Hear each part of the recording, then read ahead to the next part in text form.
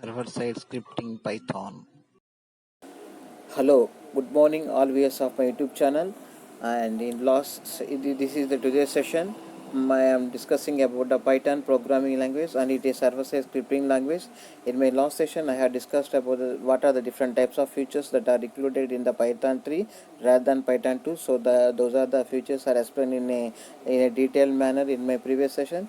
Now in this session, I am come up with a concept called Python syntax. How can we what is the syntax of the Python, how can we declare the variables, and how can we use the data types, and what is the function, and what are the lines of code we are going to return in function. So all these are the concepts comes under this category. So please follow the session and like my videos and subscribe my channel Jairam Infotech for more Python videos in coming days. So please hope this is the new technology and server-side scripting technologies. So hope someone may benefit from these videos. So please try to follow each video till the end so that you can observe so that you can understand the concept. And here is the session. So let's start the session.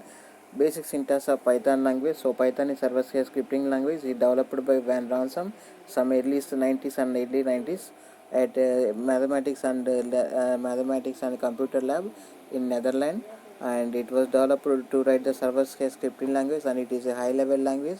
It integrated different types of language called C, C++, COBOL, and etc. So here how can we write the program in a Python editor? We have a editor called Python. We can download Python editor from its website called www.python.org. From that site we can download the Python editor. So on that editor we can write the programs easily, high level using the computer code. And next, here is the display, and as soon as we can download the editor, we can run the editor, we can install the on our PC on our personal computer, and then run the editor, and you can write the code.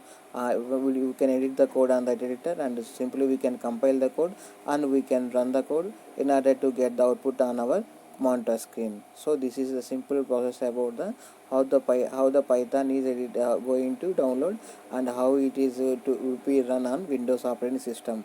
And here is the first Python program, simple Python program. So in Python 3 simply we can display the arguments called here clearly observe here Python 3 point version. Here in Python 3 we have different types of arguments there. Here default is one type of variable, and next one is the time and date are displaying as in command prompt. As soon as you type the code Python, then press enter, you can get the result is like this. It is a Python, it is displays the version type, and next one, these are the arguments along the version. You hear the different types of arguments in the argument section. Called default is one type of variable, and next is a date, and next one is a time. These are displayed as soon as you type a command called Python in the command prompt. And next, here in Windows, if the version is different, then it can display the different value. Suppose here you can take, here version is Python 3.3.2, so it displays the result is like this.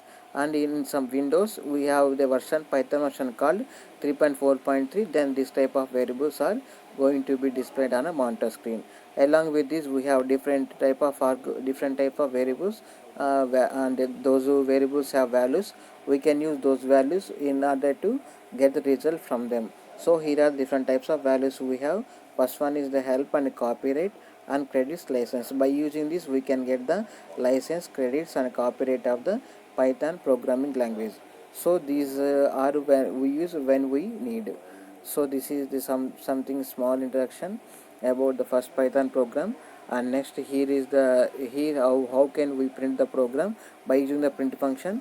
And here is a statement hello Python. Here hello Python included in double quotes and within the parentheses. By using this statement, we can get the hello Python on the output screen like this. As soon as you type the code, type the code, and Python editor is like this, and you can get the output as hello Python on the monitor screen. Output as monitor screen. Output on the monitor screen. Hello Python is the output on the monitor screen. Next one is the we can write the script as it is a we can write Python language as it is a one type of server side scripting language. That's why it have scripts. In this script we have some lines of code, so we can So we can save the script file with the extension called .py. This is similar to Python extension. So let us write a simple Python script so that we can use the script in our program. So here is the first line: print hello Python. This is a file, and it is a file of first we have the first I have written a Python called extension.py. Then I have the following source of code called print hello.python. Then I have to display, then I have to save this as a test.py, and display the code. In order to display the some lines of code in text.python file, so I am using the command is like this. So here we are using the Windows, here we are using the Windows operating system. Then we can run the Python program as here in C drive. We have Python folder, and here is the I am using the Python. It is the keyword to run the Python files, and next here .py specifies the extension of the file, specific file. Here text is the Python file, and .py specifies the extension of the Python file by using the Python space program.py. That is the program.py. And it displays the Python space test.py, displays the lines of code in the text.py. As soon as I written Python space test.py, then press enter, then we can get this code hello Python. As we have test.py is already saved in our saved folder. It has some lines of code called hello.python. So the same as displayed on the output, displayed as the output. So this is the simple Python program. This simple Python program. So this is the way to write a program and to execute the program using the Python and Python editor. And next concept is Python identifiers. That means Python identifiers. What is an identifier?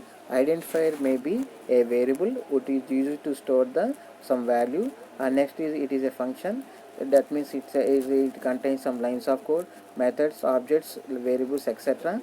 And it may be a class. Identifier may be a class only, and it has the objects, class, methods only, many and etc. and modules and different types of code, or other any subject, any object, or any other object. So this is about identifier. So identifier may be a variable or a function or a class or a module or any other object. So next identifier, how can we specify an identifier using capital A to Z letters, with the A to Z letters, English A to Z letters, capital A to Z letters, and or small A to Z letters, or an underscore followed by numbers, followed by 0 or more letters, and underscore and the digits 0 to 9. So these are all the combination of the identifiers. So we have Python does not follow the characters. That means at the rate, special symbols, character, at the rate, dollar, and person. These are not allow punctuation characters, and it is a Python is a case sensitive. That means we have to negotiate between case sensitive and case sensitive methods. And here are the some identifiers we have to identify. So what is here are the some conversions for the Python identifiers. Class name. So these are the restrictions. So how can we use identifier, and how the identifier follows in Python. So these are the some rules are specified here. So understand the first rule. Here class names. So identifier may be a class. So class name, here class name start with an uppercase letter. All other identifiers start with a lowercase letter. So whenever we are going to use a class, the class must be start with an uppercase letter. That's why we use class first letter as uppercase letter. And second one is starting an identifier with a single leading underscore in case that the identifier is private. Suppose we are going to write a identifier with starting with underscore. It specifies the particular identifier is private. That means it is up to the class only, up to that method only. It is not public. That is identified as private. And next word is the and next sentence is starting identifier with two heading underscores, two leading underscores indicates a strong private identifier. If the particular identifier start with one underscore, then it is a private variable, private string identifier as a private. If the particular identifier start with two different underscores, then it indicates it is a strong private identifier. And next point, consider the next point. Here if the identifier ends with two trailing underscores, trailing means at the end, then the particular identifier is called as defined special name. We define that the identifier is a language defined special name. The language tells about that identifier. So these something about identifiers, and how can we specify the identifiers, and how can we use them in Python language. And next is about the reserved words. So each language have some reserved words. Every programming language has reserved. Python has also some reserved words, so you can identify. Here you can see the different types of reserved words for Python here, and execution and not. As finally, these are the result keywords, result keywords written in English language, and sometimes we called as result words, and we use in our program life as when we need. And next concept is lines and indentation. That means Python doesn't use braces. First. So first concentrate on these classes. First one is the basic syntax. What is the basic syntax of Python, and how can we execute the Python first program? And next, what is meant by script, and how can we execute the script files on Windows OS, Windows operating system, and what is an identifier, and what are the rules for identifier, and how can we use Python, and what is meant by reserved words, and what are the different types of reserved words we have. So understand these concepts. In next session I am going to discuss remaining topics in this basic syntax of Python language. So thank you, Vandar.